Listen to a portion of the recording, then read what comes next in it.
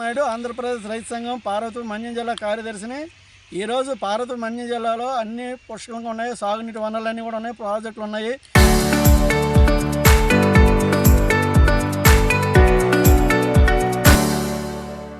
ఈరోజు తోటపల్లి లేదా జంజావతి, రావాడ రిజర్వాయరు, వెంగళరాయ సాగరు, సీతానగరం, పెదంకులం ప్రాజెక్టులు అయితే ఉన్నాయి. కానీ సాగునీరు అందక రైతాంగం ఎదురు చూస్తున్నారు. ఒకవైపు ఎల్నినో ప్రభావం చేత వర్షాలు లేవు. ఈరోజు ఆగుబాట్లు తడుపుకోవడానికి దగ్గర ఆడ మనిషికి 300, మగవాళ్ళు 700 రూపాయలు ఇచ్చి 3-4 వేల రూపాయలు ఆగుబాట్లు తడపడానికి అయితే మరి చివరి వరకు ఎలా పంట సాగు చేయడానికి అవుతుంది? కాలువలు ఉండి కూడా మరి నీరు రాకపోతే ఏమనుకోవాలి? ఇది ఎవరి నిర్లక్ష్యం? అందుకు మేము గౌరవ కలెక్టర్ గారిని ఒకటి కోరుతున్నాం, తక్షణమే జాయింట్ మీటింగ్ ఏర్పాటు చేయండి. ఇరిగేషను, వ్యవసాయ శాఖ, రెవెన్యూ అలాగే ఇతర శాఖలతో సమావేశం ఏర్పాటు చేసి ఎల్నినో ప్రభావం నుంచి బయటపడడానికి కావాల్సిన ప్రత్యామ్నాయ పంటల గురించి రైతుల చైతన్యం తేవాలి.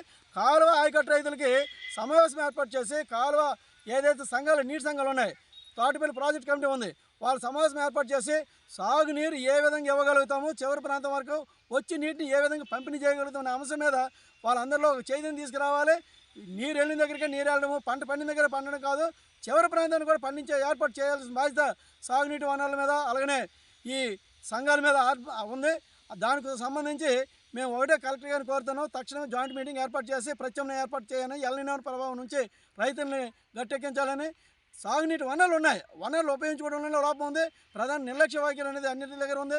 ఆ నిర్లక్ష్య వైఖరి నుంచి బయటపడాలంటే గౌరవ కలెక్టర్ గారు స్పందించాలి. ఆ విధంగా చైతన్యం తీసుకొచ్చే దానికోసం జాయింట్ మీటింగ్ ఏర్పాటు చేయాలని కోరుతున్నాం. వన్నమ్మ తమ్ముడు పిల్ల అన్నమ్మ మాది పనికి వలస.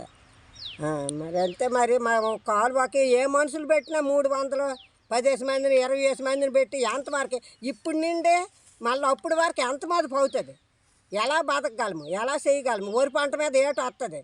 ఇంకా దానికి వచ్చి అది ఇంటికి వచ్చే వరకు మాకు భయం అయితే మరి ఇంకేటండి? మీరు ఒకరు సహకరించి మా నీరు మాకు ఇచ్చిస్తే మంచిది. మరి అది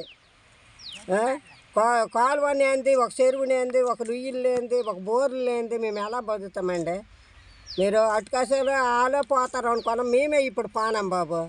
వాళ్ళ నీరు వాళ్ళకే మంచి చెడ్డలు 4-5 పంటలు భాగ్యాలు అన్నీ కలిసి వస్తాయి. మాకాసి వచ్చి మాకైనా వాళ్ళు 7 దండోలు మంచిగా ఉన్నారు, 7 దండోలు మంచిగా ఉన్నారని. ఇప్పుడు చూడండి మా పరిస్థితి ఎలాగొచ్చిందో.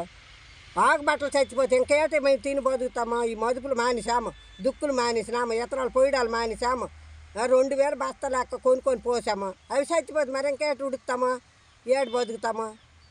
మీరు ఒకరు ఆలోచించి మమ్మల్ని ఇచ్చేయండి బాబు.